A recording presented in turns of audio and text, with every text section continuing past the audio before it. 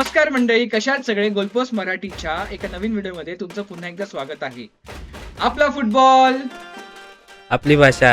माझं नाव दर्शन कदम मी स्वप्नील कदम. आणि आज आम्ही रिव्ह्यू करणार आहोत काल झालेल्या मॅचेस बद्दल. सो मंडळी, कालचे मॅचेस झाल्या होत्या त्या होत्या Argentina Austria, France Iraq, Norway Senegal, Jordan Algeria. तर चला मग चालू करूया.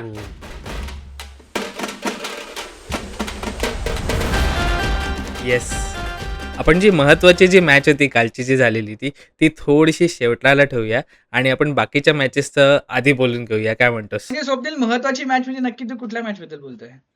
महत्वाची काल एकच मॅच होती ज्या मॅचमध्ये इतिहास रचला गेलाय. ती एकच मॅच आपण शेवटी ठेवूया आणि बाकीच्या मॅचेस बद्दल थोडं थोडं आपण सुरुवातीला बोलूया. ओके, तो स्वप्नीलचा मान राखून आपण आता पुढे जाऊया फ्रान्स आणि इराकच्या मॅच बद्दल. तर स्वप्नील, हो, फ्रान्स हा जो शब्द ऐकल्यानंतर तुझ्या अंगावर काटा येतो का? एकदम एकदम नक्कीच काटा येतो. आणि कालची जी मॅच होती फ्रान्सची, ओ हो हो हो, काय मॅच झाली होती. आणि काल एम्बापे काय खेळला, म्हणजे मध्ये थोडा वेळ मॅच थांबली होती, पण त्याच्यानंतर जेव्हा परत मॅच सुरू झाली तेव्हा असं कुठे वाटलंच नव्हतं की मॅच कुठे मध्ये थांबली होती. आणि एम्बापे काय खेळला, कालची फ्रान्सची संपूर्ण टीम काय खेळली, असं कुठे वाटलंच नाही मला की इराकची टीम पण मॅच खेळते. असं वाटलं होतं फक्त फ्रान्सच्या टीमने कुठल्या तरी एक बी टीमला प्रॅक्टिससाठी बोलवलेलं आहे. प्रॅक्टिससाठी बोलवलं. एकदम परफेक्ट, बरोबर बोललास तू. मला फक्त एवढं सांगायचं की ह्या मॅच मध्ये फ्रान्सचा अग्रेसिव्हनेस आणि फ्रान्सचा तो पॅशनेट फुटबॉल गेम प्ले हा पुन्हा एकदा दिसलाय. आणि मी डेफिनेटली एक वाउच करू शकतो. वाउच हा इंग्लिश शब्द आहे मित्रांनो. वाउच म्हणजे मी डेफिनेटली त्यांच्या साईडने एक बोलू शकतो की फ्रान्स ही कुठेतरी सेमीफायनल आणि फायनल पर्यंत जाईल. कारण का ज्या पद्धतीने नक्की. एम्बापे, ओस्मान डेम्बेले, हे सगळे जे प्लेयर्स जे खेळत होते, ज्या ज्या पद्धतीचे पासेस क्रिएट करत होते, ज्या पद्धतीचे गेम प्ले बनवत होते, इट्स डेडली कॉम्बिनेशन होणार आहे. आणि आय होप कुठली तरी मोठी टीम त्यांच्यासमोर येऊ नये आणि तो सरप्राईज फॅक्टर होईल. स्वप्नील, स्टॅट्स हो. बघता, फ्रान्सचे आणि इराकचे स्टॅट्स बघता स्वप्नील, फ्रान्सने इन जनरल 19 अटॅक्स केले आहेत. टोटल 19 शॉट्स हे फ्रान्सने केले आहेत. त्याच्यामध्ये 5 शॉट्स हे ऑन टार्गेट होते आणि शॉट अॅक्युरेसी ही 26% आहे. ऑन दी अदर हँड, दुसऱ्या बाजूला बघायला गेलं तर स्वप्नील, इराकचे 4 टोटल शॉट्स होते आणि एकही शॉट्स टार्गेटवर आला नाही. आला नाही पेक्षा फ्रान्सच्या टीमने तो येऊच दिला नाही. कारण फ्रान्सचा डिफेन्स सुद्धा एवढा स्ट्रॉंग होता. आणि काल असं वाटत होतं की एम्बाप्पे, मायकल ओलिजे, उस्मान डेम्बेले काय पेसने खेळत होते. म्हणजे असं वाटत होतं की हे एवढे फास्ट आहेत ना, तर इराकच्या टीमला मॅचच करता येणार नाही. आणि कालच्या टीममध्ये कालची जी मॅच होती त्याच्यामध्ये एक ही म्हणजे एक गोष्ट किंवा एक प्लेअर तू म्हणशील, जर कुठला की प्लेअर तू जर घेतलंस ना एम्बाप्पे सोडून, तर काल होता तो मायकल ओलिजे. मायकल ओलिजेने काल 2 असिस्ट दिलेत एम्बाप्पेला. आणि जो गेम त्याचा होता कालचा, ओ हो हो, म्हणजे असं कुठे वाटलंच नाही की मायकल ओलिजे हा बायर्न म्युनिचमध्ये खेळत होता आणि त्याच्यानंतर फ्रान्समध्ये खेळतो. असं वाटलं की ते एक्सटेंडेड व्हर्जन असतं ना एका गाण्याचं, की 2 कडवी आहेत आणि ते एकच गाणं वाटते. तो तसंच वाटत होतं की मायकल ओलिजे हा बायर्नच्या टीममधला जो फॉर्म आहे ना तो घेऊन आलेला आहे. मायकल ओलिसेचा मी एवढं सांगेल की त्याचा मी ना हीट मॅप शेअर करेल. त्याच्यावरच लोकांना अंदाज हं. येईल की तो प्लेअर कुठे कुठे आणि कसा कसा ज्या पद्धतीने खेळलाय. म्हणजे तो अख्ख्या ग्राउंड मध्ये तुम्हाला दिसला होता काल मायकल ओलिसे. आणि त्याला काल मिळाले 9.0 रेटिंग्स. आणि येस, 2 असिस्ट करून त्यांनी एम्बापेचे 2 गोल त्याच्यामुळे ते कन्वर्ट झालेले आहेत. असे कुठले तरी प्लेअर पाहिजेत जे मिडफिल्ड मध्ये आणि थोडं अपर फॉरवर्ड मध्ये जे खेळून गोल क्रिएट करतील. आणि तो गेम प्ले काल फ्रान्समध्ये दिसलेला आहे. डेम्बेलेने गोल मारलेला आहे काल फायनली. हो. फायनली डेम्बेलेचा गोल आलाय फ्रान्सच्या जर्सीमध्ये. इव्हन तो पण उत्सुक असेल कदाचित, की फ्रान्सच्या जर्सीमध्ये त्याला गोल मारता यावा. आणि फायनली त्याने तो गोल मारून दाखवलाय, की येस, जशी ती सुपरस्टारची जी टीम आहे फ्रान्सची, त्याच्यामध्ये तो सुद्धा एक वन ऑफ द टॉप मोस्टचा सुपरस्टार आहे. टॉप मोस्ट सुपरस्टार आहे, करेक्ट आहे. एम्बापेचा तो गेम प्ले बघून आहे ना माझ्या अंगावर काटे येत होते. कारण का तो त्याचा पहिला गोल जो त्यांनी लॉंग शॉट मारलेला आहे, त्या पहिल्या गोलमध्येच कळलं की हा काय लेवलचा प्लेअर आहे आणि किती टीम त्याच्यापेक्षा घाबरला पाहिजे. आय जस्ट होप की फ्रान्स ही सेमीफायनल आणि फायनल क्रॉस करून वर्ल्ड कप जिंकेल. कारण का दे आर डिझर्विंग, हे कळलेलं आहे. अशा पद्धतीचा गेम प्ले या वर्ल्ड कप मध्ये कालच्या मॅच मध्ये जो बघितलाय तो कुठेच मला बघता आला नव्हता. आणि मला तर असं वाटतं की जेव्हा फ्रान्स ही राऊंड ऑफ 32 किंवा राऊंड ऑफ 16ला जाईल, तर ज्या समोरच्या ज्या टीम खेळणाऱ्या असतील त्याच्यात, त्या फक्त फक्त प्रार्थनाच करत असतील की ही टीम आपल्या वाट्याला येऊ नको दे. नाहीतर ही टीम आपला पूर्ण फडशा पाडेल. आणि म्हणजे ते बोलतात ना की इंग्लिशमध्ये की ate and left no crumbs, तो वाला प्रकार होणार आहे यांच्यासोबत. Ate and left no crumbs हा इंग्लिशमध्ये झाला, पण मराठीमध्ये बोलावं गेलं तर त्याला खरकटही खायचंय. अरे सेम सेम एकदम सेम एकदम अचूक बोललेला आहेस. खरकटही खायचंय. चालेल, पुढे जाऊया, पुढच्या मॅच मध्ये जाऊया. नॉर्वे आणि सेनेगल. नॉर्वे आणि सेनेगल पेक्षा मी ही मॅच येस. बोलेल हालांड वर्सेस सेनेगल.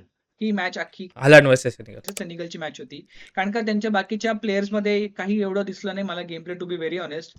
हलांडनीच हा गेम धरून ठेवला होता आणि हलांडनीच ते 2 गोल मारलेले आहेत सेनेगलच्या अगेन्स्ट मध्ये.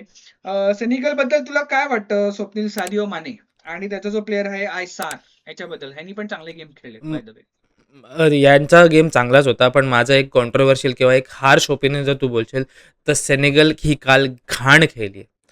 एकदम घाण गेम होता सेनेगलचा. नंतरचे जे दोन गोल जे आले त्यांचे, ते मला असं वाटलं की ते जस्ट एक कॉन्सोलेशन प्राईज वगैरे असतं त्या हिशोबाने त्यांचे गोल आले.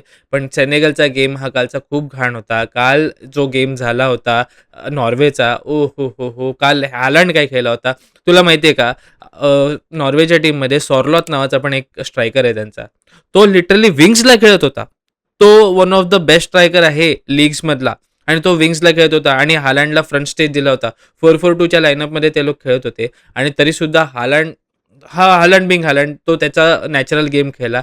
आणि त्याने फायनली असं दाखवलं की बाबा वर्ल्ड कपमध्ये नॉर्वे जेव्हा येणार तेव्हा हालांड हा परफॉर्म करून दाखवणार. आणि पुढे फ्युचरमध्ये सुद्धा जसं एम्बाप्पेने फ्रान्सची लेगसी पुढे घेऊन गेली आहे, तसं हालांड हा नॉर्वेची लेगसी बनवणार आहे. हो, हालांड हा डेफिनेटली नॉर्वेची लेगसी बनू शकतो, कारण की हालांडनीच काल बरेच शॉट्स ऑन टार्गेट्स केलेले आहेत. त्यातले 7 हे शॉट्स ऑन टार्गेट्स होते नॉर्वेकडनं. त्यातले बरेच शॉट्स हे त्याच्याकडनं कॉन्ट्रीब्युट झालेले आहेत. 13 शॉट्स हे टोटल होते, पण स्वप्नील सेनेगलनी टोटल 16 शॉट्सचा अटेम्प्ट केला होता काल. हो, त्यांनी केला होता अटेम्प्ट, नो नो डाऊट त्यांनी केला होता, पण त्यांची टीम डिसजॉइंटेडच वाटत होती. म्हणजे मला असं कुठे वाटलंच नाही ही सेनेगलची ती टीम आहे जी एफकॉन जिंकून आली आहे, आणि त्या टीमला आपण खूप हायली रेट केलं होतं. आपण इव्हन तुला पण माहिती आहे, आपण ऑलमोस्ट त्यांना सेमीफायनलपर्यंत वगैरे पण पोहोचवलं होतं रे सेनेगलच्या टीमला. नाही, पोहोचवलं होतं, पण पण आहे मला त्यांना काहीच अजून एक वाटलं नाही चान्स अजिबात. आहे, कारण का आता टेबल टॉप बघता, ग्रुप आय हा टेबल बघता, फ्रान्स हे फर्स्ट पोझिशनवर आहे, विनिंग ऑल दी गेम्स, सगळ्या गेम्स जिंकलेली आहे फ्रान्स. सेकंड पोझिशनवर आहे नॉर्वे, थर्ड पोझिशनवर आहे सेनेगल, एकही पॉइंट जिंकलेला नाहीये सेनेगलने, सगळे 0-0 आहेत. पण इराक बरोबर गोल डिफरन्स बघता इराक ही फोर्थवर आहे. सो सेनेगलला चान्स आहे. सेनेगल टॉप 8 मध्ये येऊ शकते, थर्ड पोझिशन टॉप 8 मध्ये येऊ शकते. आय होप सेनेगल अजूनही चांगले खेळेल. काय वाटतं तुला? सेनेगलला खूप आपला गेम वरती करावा लागेल, कारण जर ही सेनेगलची टीम जर 3 नंबरवरती त्यांनी जर फिनिश केलं आणि जर राऊंड ऑफ 32मध्ये जर त्यांना जायचं आहे, तर हा गेम घेऊन ते लोक अजिबात जाऊ शकत नाही. त्यांना खूप वरती घेऊन जायला लागेल आपला गेम. फक्त सादिओ माने किंवा मिडफिल्डवरती त्यांचा गेम अवलंबून राहू शकत नाही, अजिबात नाही. त्यांना काहीतरी वेगळं करायला लागेल. त्यांच्या टीम मॅनेजमेंटमध्ये पण तेच चालू असेल की काहीतरी वेगळं करायचं, काहीतरी चांगलं करायचं, आणि ते त्यांना करावं लागणार आहे. नाही, करावं लागणारच आहे, कारण का कुठेतरी अफकॉन चॅम्पियन्सचं एक टायटल घेऊन ती या वर्ल्ड कप मध्ये आलेली आहे, आणि अफकॉनची चॅम्पियनशिप टीम अशी एक्सपेक्टेशन नाही ठेवू शकत आपण या सेनेगलकडनं. मुव्हिंग अहेड, पुढे जाऊया आपण Swapnil. Jordan versus Algeria, score होता 1-2. अल्जेरियाला शेवटी 1 पॉइंट आलेला आहे. फायनली त्यांचा पॉईंट आलेला आहे. या मॅचबद्दल मला जास्त काही बोलण्यासारखं काही नाही आहे, कारण ही मॅच ही अल्जेरियाच्या वाट्यालाच जाणार होती असं वाटलंच होतं. जॉर्डन हा त्यांचा वर्ल्ड कप खेळते, हीच त्यांच्यासाठी मोठी गोष्ट आहे. आणि या व्यतिरिक्त ॲज सच असं काही बघण्यासारखं किंवा बोलण्यासारखं नाही आहे या मॅचमध्ये. रादर दॅन दॅट मी तुला सांगेन, आपण आपला वेळ थोडासा ठेवूया आपल्या ज्या शेवटच्या मॅचकडे, ज्या मॅचसाठी आपण दोघं पण खूप एक्सायटेड आहोत बोलण्यासाठी. एक्साइटमेंट म्हणजे काय बोलू मी तुला, म्हणजे ती मॅच अशी होती मित्रांनो. आम्ही बोलतो आहोत अर्जेंटिना वर्सेस ऑस्ट्रिया या मॅच बद्दल, आणि लिओनल अँद्रेस मेस्सीने हा विश्वचषकाचा सगळा रेकॉर्ड तोडून आज तो बनलेला आहे अख्ख्या विश्वचषकातला top goal scorer with 18 goals भावाने मारलेले आहेत. येस. स्वप्नील, पण मला ना काहीतरी थोडंसं बोलावंसं वाटतंय लिओनल मेस्सी बद्दल. पण त्याआधी मी तुला एक एक गोष्ट सांगू इच्छितो, की कालची जी मॅच झाली ती तर सुपर हिट मॅच होती. पण त्या अगोदर तुला असं मी एक छोटासा एक काय म्हणतात त्याला फन फॅक्ट सांगतो, की 22 जून 1980 आत्तापासून 40 वर्षांपूर्वी एक इन्सिडेंट झाला होता. तो होता वर्ल्ड कप आणि तो होता मेक्सिकोमध्ये आणि त्याच दिवशी आला होता डिएगो मॅरेडोनाचा फेमस हँड ऑफ गॉडचा गोल. आणि तोच दिवस आहे 40 वर्षांनंतर त्याचाच एक प्रिन्स लिओनेल अँड्रेस मेसी त्याने केला आहे वर्ल्ड कपमधला हायेस्ट गोल मारण्याचा रेकॉर्ड. हँड ऑफ गॉड बद्दल आता बरेच लोक समजा ज्यांना जर माहित असेल तर काय तर नक्कीच कमेंट करतील की अरे तो गोलच नव्हता, ते हातच लावला होता आणि वगैरे वगैरे. तेव्हा कदाचित वार असती तर त्याची आज इतिहास वेगळा असू शकला असता. माहिती नाही, तो दिसत तर नाही, आम्हाला तर दिसला नाही, आम्ही तर तेव्हा नव्हतो, नाही. आम्हाला माहिती नाही. हम्म. लिओनल मेसी बद्दल सांगायला गेलं तर मला स्वप्नील लिओनल मेसी काल कुठेतरी ना सुरुवातीला डिसओरिएंटेड आणि डिस्ट्रॅक्टेड वाटत होता. कारण का मला माहित नाही त्याच्या चेहऱ्याचे एक्सप्रेशन फार विचित्र किंवा एकदम नाराजीचे किंवा एकदम काहीतरी तो विचार करतोय, काहीतरी त्याला काहीतरी चालू आहे बॅकग्राऊंड मध्ये त्याच्या डोक्यामध्ये, हे दिसत होतं. नंतर कुठे त्याला तो पेस मिळाला, नंतर कुठे त्याला ते लय मिळाली आणि मग नंतर त्यांनी तो गोल मारून त्याला मध्ये एनर्जी आली परत. पेनल्टी मिस झालेली आहे भावाकडनं, पण त्यांनी ते पेनल्टी मिस करून सगळ्यांची तोंड बंद केली असं बोलू शकतो मी. कारण का सगळ्यांना असं वाटत होतं की फिफा रिग्ड आहे, मेसीच्या साईडनी आहे, हम्म. मेसीला पेनल्टी देतात आणि मेसी गोल मारतो. आता पेनल्टी मिस केली आहे, आता काय? त्याने काल ठरवलं होतं की त्याचा जो ऐतिहासिक जो गोल येणार आहे तो फक्त एक साध्या पेनल्टीने नाही येणार आहे. त्याने ते राखून ठेवलं होतं आणि तू जर बघितला असेल तो गोल, तर तो गोल बघून तुला कुठल्या गोलची आठवण झाली? बार्सेलोना जेव्हा रिअल मॅड्रिडच्या अगेन्स्ट बार्सेलोनानी गोल मारला होता, इव्हन रॅकिटिकनी बॉल पास ते जे करून आयकॉनिक सेलिब्रेशन आलं होतं शर्टचं. आणि तेव्हा दिग्गज प्लेअर सगळे होत्या अपोजिट टीमला, आणि हे येस. बर्नाब्यू मध्ये होऊन त्याने ते शर्टची जी जर्सी दाखवून तर तो गोल सेलिब्रेट केला. एक्झॅक्ट सेम रेप्लिका, म्हणजे काहीच फरक नाही, 19-20 फरक नाही. असं वाटतं का हे प्री प्लॅन्ड आहे का, कोणी स्क्रिप्ट लिहिली ही स्टोरी. आता मी परत म्हणेन की रिग्ड वाटतंय, पण नाही, गेम प्लॅन तसा आहे, गेम प्ले तसा आहे. आणि येस, अर्जेंटिनाच्या म्हणजे एक ऑब्झर्वेशन आपलं आता बोलता बोलता कळलं आपल्याला की कुठेतरी हा गेम जो आहे अर्जेंटिनाचा, हा मेसीच्या सराउंडिंग मध्येच होतो. हे लोक मेसीला हो. चान्सेस क्रिएट करून देतात, मेसी ते चान्सेस क्रिएट करतो, कन्वर्ट करतो आणि गोल मारतो, हे दिसून येतं. पण मला स्वप्नील मग ह्याच्याबद्दल एक भीती आहे की उद्या मेसीला नाही क्रिएट करता आले चान्सेस, तर मग काय? पण मी तुला असं सांगेन, की कालची जी मॅच होती ना, त्याच्यामध्ये अर्जेंटिनाचा गेम हा खूप चांगला वाटला मला. मिडफील्ड पण खूप चांगली होती. त्यांची बॅकलाईन पण खूप चांगली होती. त्यांचा डिफेन्स खूप चांगला होता. जेव्हा ओटामेंडी आला फील्डवरती, तेव्हा त्याने गेम बदलून टाकला, एकदम बदलून टाकला. एन्झो फर्नांडिसचा गेम काल चांगला होता. काल मॅकॅलिस्टरचा गेम चांगला होता. कालची जी मॅच होती, ती अर्जेंटिनाने दाखवलं, की का त्यांची टीम ही वर्ल्ड कप विनर टीम आहे. आणि जसं तू बोललास मेसीच्या डोक्यात काहीतरी चालू आहे. मी आय गेस मी रीलच्या व्हिडिओमध्ये पण बोललो होतो, की मेसीचं काहीतरी बिनसलंय, काहीतरी चालू आहे बॅकग्राऊंडमध्ये जे आपल्याला कोणालाच माहिती नाहीये आणि त्याच्यामुळे तो थोडा अपसेट वाटतोय किंवा काहीतरी प्रॉब्लेम आहे. पण त्याने ते फील्डवरती दाखवलं नाही आणि त्याने फक्त त्याचा परफॉर्मन्स दाखवला.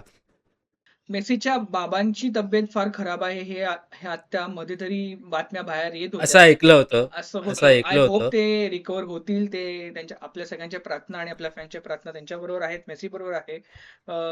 एवढं एक आहे की स्वप्नील, एका प्लेअरला कदाचित आपण मिस आउट करतो, हे रॉद्रिगो दे पॉल. हो. डी पॉल सारखा प्लेअर जो टीमला एक संघटना म्हणून खेळतो. म्हणजे तू कुठेही बघ, जर समजा कुठे फाऊल झाला अर्जेंटिनाच्या कुठल्याही प्लेअरच्या अगेन्स्ट, तर दी पॉल हा इज दी नेहमी हा पहिला प्लेअर असतो जो येतो आणि फाईट करतो, जो प्लेअरच्या येस. उभे राहून स्टँड घेतो, तो बोलतो. तर असे असे काही प्लेयर्स आहेत अर्जेंटिनामध्ये, जेणेकरून ती आज अर्जेंटिना आहे. आणि डेफिनेटली अर्जेंटिनाचा गेम प्ले फार उत्तम होता, स्ट्रॉंग होता, मिडफील्ड फार छान दिसली. डिफेन्समध्ये तर मी डोळे बंदच केले होते जेव्हा ओटामेंडी आला तेव्हा, कारण का तो बॉल जातच नव्हता आतमध्ये. तरी सुद्धा आणि मार्टिनेजला समोरच्या टीमने टेस्टच केलं नाही. फक्त एक शॉट गेला होता त्याच्याकडे. तो एक शॉट त्याने थांबवलाय. अदरवाईज समोरची टीम कुठे दिसलीच नाही. आणि ऑस्ट्रियाची टीम पण चांगली टीम आहे यार. म्हणजे त्यांच्याकडे डेव्हिड अलाबा वगैरे असे चांगले प्लेयर्स आहेत त्यांच्याकडे. पण ऑस्ट्रियाची टीम ही खूप म्हणजे असं वाटत होतं, की फक्त मेसी हा दिसतोय आणि मेसीचा तो हीट मॅप तू शेअर कर, मी तुला नक्की सांगेन. हीट मॅप तू बघितलास, मेस्सी सगळीकडे दिसत होता परत एकदा. करेक्ट. परत एकदा शॉट्स बघायला गेले तर ऑस्ट्रेलियाचे फक्त 6 शॉट्स आलेले आहेत. त्यातला फक्त एकच ऑन टार्गेट होता. दुसऱ्या बाजूला बघायला गेलं तर अर्जेंटिनाचे 12 शॉट्स क्रिएट झाले होते आणि 5 शॉट्स हे ऑन टार्गेट होते आणि जबरदस्त गेम प्ले. म्हणजे आय एम व्हेरी हॅपी आणि की Argentina is back on their original game play. तुला काय वाटतं, काल मेस्सीची हॅट्रिक झाली असती? मेस्सीची हॅट्रिक झालीच होती. मेस्सीला ते 2 गोलच्या व्यतिरिक्त अजून 3 चान्स किंवा 2 चान्स मिळाले होते. पेनल्टी ही मिळाली होती. 2 चान्स अजूनही होते. पण ठीक आहे. आपला भाऊ तो गोलच्या मागे नाहीये. आपला भाऊ विनिंगच्या मागे आहे. टीम जिंकली पाहिजे ही कारण आपण प्रायोरिटी आहे. काल जसा तो खेळत होता, जी सोडली, ती पेनल्टी सोडून सुद्धा त्याचे कमीत कमी 4 गोल तर इझिली आले असते. आणि एवढे क्रेझी स्टॅट्स झाले आहेत कालच्या मॅचमध्ये, तुला काय काय सांगू. म्हणजे कालचा दिवस हा मेस्सीने फक्त इतिहास बनवण्यासाठीच केला होता. कालचे जर मी तुला एक फन काही काही स्टॅट्स सांगतो जे कालच्या दिवसामध्ये झालेले आहेत. सगळ्यात पहिले तर 18 गोल मारून मेस्सी हा ऑल टाइम वर्ल्ड कप हिस्ट्रीमधला पहिला 1 नंबरचा खेळाडू बनलाय ज्याने 18 गोल मारलेत. हे कोणीच मारले नाहीत. त्याच्या फिफा वर्ल्ड कपमध्ये सगळ्यात जास्त मॅचेस खेळणारा सुद्धा प्लेयर हा मेस्सी झालेला आहे. 28 मॅचेस त्याने खेळले आहेत. आणि त्याच्यानंतर most matches one at FIFA world cup, 18 match जिंकून मेस्सी त्याच्यामध्ये सुद्धा नंबर 1 आहे. आणि त्याच्यानंतर most minutes played in FIFA world cup, त्याच्यामध्ये सुद्धा मेस्सी 1 नंबर आहे. 2489 मिनिट्स खेळलाय तो. काय बोलशील तू या सगळ्या स्टॅट्स बद्दल? जबरदस्त. म्हणजे हे असे स्टॅट्स हा मेस्सीच कॉन्कर करू शकतो. मेस्सीच अचीव्ह करू शकतो आणि तो मेस्सी आहे. आणि त्यांच्याकडनं ही असे स्टॅट्स येणं ही काही नवल गोष्ट नाहीये. पण हो, वर्ल्ड कपच्या लेवलला ही खूप मोठी गोष्ट आहे. मेस्सी हा मेस्सी आहे आणि म्हणून तो लिओनल मेस्सी. आता आपण आपण त्याला असं दुसऱ्याशी तुलनाच करू शकत नाही, असं काही उरलंच नाही आता. आता लोक ग्रेटेस्ट ऑफ ऑल टाइम बोलतात. लोकांनी नवीन टर्म आणलाय मेस्सीसाठी, ग्रेटनेस ऑफ ऑल टाइम. ग्रेटेस्टचा तो पलीकडे गेलेला आहे. ग्रेटनेस. कालचे पंडित आणि कमेंटेटरला ग्रेटनेसच्या नावाने हाक मारत होते. तर पण अशीच फक्त अपेक्षा वाढते मग स्वप्नील आणि होप्स वाढतात आणि मग कुठे कुठे असं वाटतं की अर्जेंटिना फायनलला येईल, वर्ल्ड कप जिंकेल. बट लेट्स नॉट फॉरगेट बाकीच्या टीम्स ही तगडे आहेत. स्पेन सारखी टीम तगडी आहे. फ्रान्स सारखी टीम तगडी आहे आणि आज अजून एका तगड्या टीमची मॅच आहे स्वप्नील. त्या मॅच बद्दल तुला काय येस. वाटतं? आजची मॅच जी होणार आहे ती मॅच खूप महत्त्वाची आहे त्या टीमसाठी, पोर्तुगलच्या टीमसाठी. आपण बोलतोय पोर्तुगल वर्सेस उझबेकिस्तानच्या मॅचबद्दल. आणि आजची जी मॅच ही होणार आहे ती खूप महत्त्वाची होणार आहे पोर्तुगलसाठी, क्रिस्टियानो रोनाल्डोसाठी.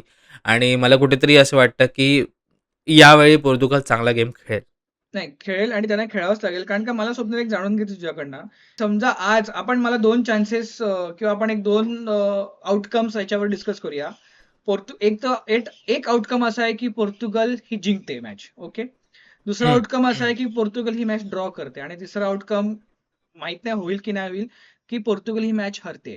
तर पोर्तुगलने जर ही मॅच जिंकली तर मग पुढे काय पोर्तुगलसाठी? पोर्तुगलने ही जर मॅच जिंकली तर आय गेस पोर्तुगल 2 नंबरवरती फिनिश करेल. कारण कोलंबोनी त्यांची एक मॅच जिंकलेली आहे, त्यामुळे त्यांचे पॉईंट्स जास्त आहेत. सो त्याच्यामुळे पोर्तुगल 2 नंबरवरती फिनिश करेल. आणि परत जर त्यांची त्यांनी नेक्स्ट ही मॅच कोलंबो पर्यंत बरोबरच आहे नेक्स्ट मॅच. हो, हो, हो. पण आणि जर त्यांनी ड्रॉ केली, चुकून ही मॅच जर ड्रॉ झाली, तर पोर्तुगाल ही कदाचित 3ऱ्या नंबरवरती जाणार आहे. आणि त्याच्यानंतर त्यांचं क्वालिफिकेशन होणं हे थोडंसं अवघड होणार आहे. कारण त्यांची पुढची मॅच जी आहे ती कोलंबो बरोबर होणार आहे आणि कोलंबो ही खूप स्ट्राँग टीम आहे.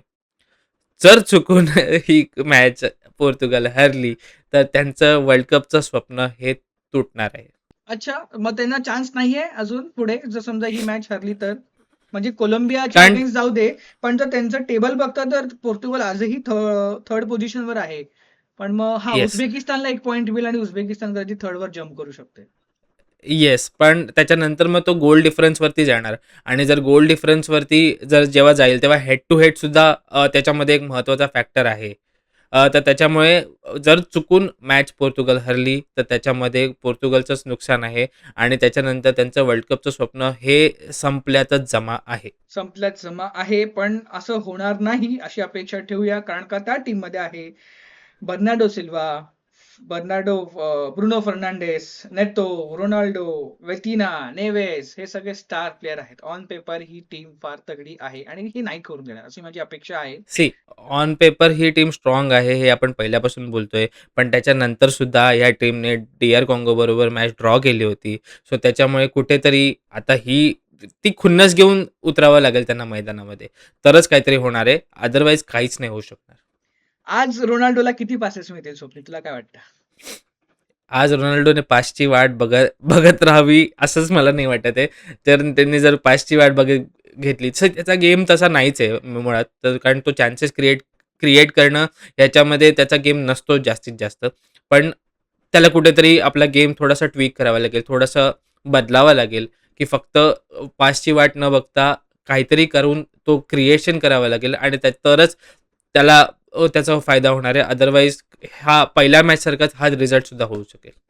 ओके, सो आशा करूया आजच्या पोर्तुगल आणि उझबेकिस्तान ह्या मॅचेस बद्दलचा रिव्ह्यू व्हिडिओ उद्याचा आमच्याकडनं चांगला येईल, कारण का आम्हाला हवी आहे पोर्तुगल जिंकावी. आय होप स्वप्नील तुलाही तेच हवंय, पोर्तुगल जिंकावी. येस मला पुढचे वर्ल्ड कपचे सामने सुद्धा एक्साइटिंग व्हायला पाहिजे. यार असं एकतर्फा वर्ल्ड कप नकोय आपल्याला. एकतर्फा वर्ल्ड कप नको आणि डेफिनेटली आज रोनाल्डोचा 100% कमबॅक येईलच, पोर्तुगल ही मॅच जिंकेलच अशी आपण आशा करूया. कसा वाटला तुम्हाला आमचा आजचा हा मॅच रिव्ह्यूचा व्हिडिओ? असेच व्हिडिओसाठी आम्हाला नक्की लाईक करा, शेअर करा ही व्हिडिओ, आमच्या चॅनलला सबस्क्राईब करा. स्वप्नील आता फार भन्नाट आणि एकदम हटके रील्स बनवतोय, रील्स टाकतोय. मला वाटत नाही बॉस्टनची रील स्वप्नील किती लोकांनी बघली, फार फनी हा ती बॉस्टनची व्हिडिओ. म्हणजे बॉस्टन वाला तर बॉस्टन मला व्हिडिओ अमेरिकेमध्ये दारूच का संपली आहे ह्याचं स्वप्नील फार छान उत्तर दिलेलं आहे. सो पुन्हा भेटूया उद्या. आपण लवकरच उद्या आपण व्हिडिओ अपलोड करणार आहोत, कारण का आम्हाला फार एक्साइटमेंट आहे पोर्तुगल आणि उझबेकिस्तानच्या मॅच मध्ये. गोल पोस्ट मराठी, आपला फुटबॉल, आपली भाषा. थँक्यू, धन्यवाद.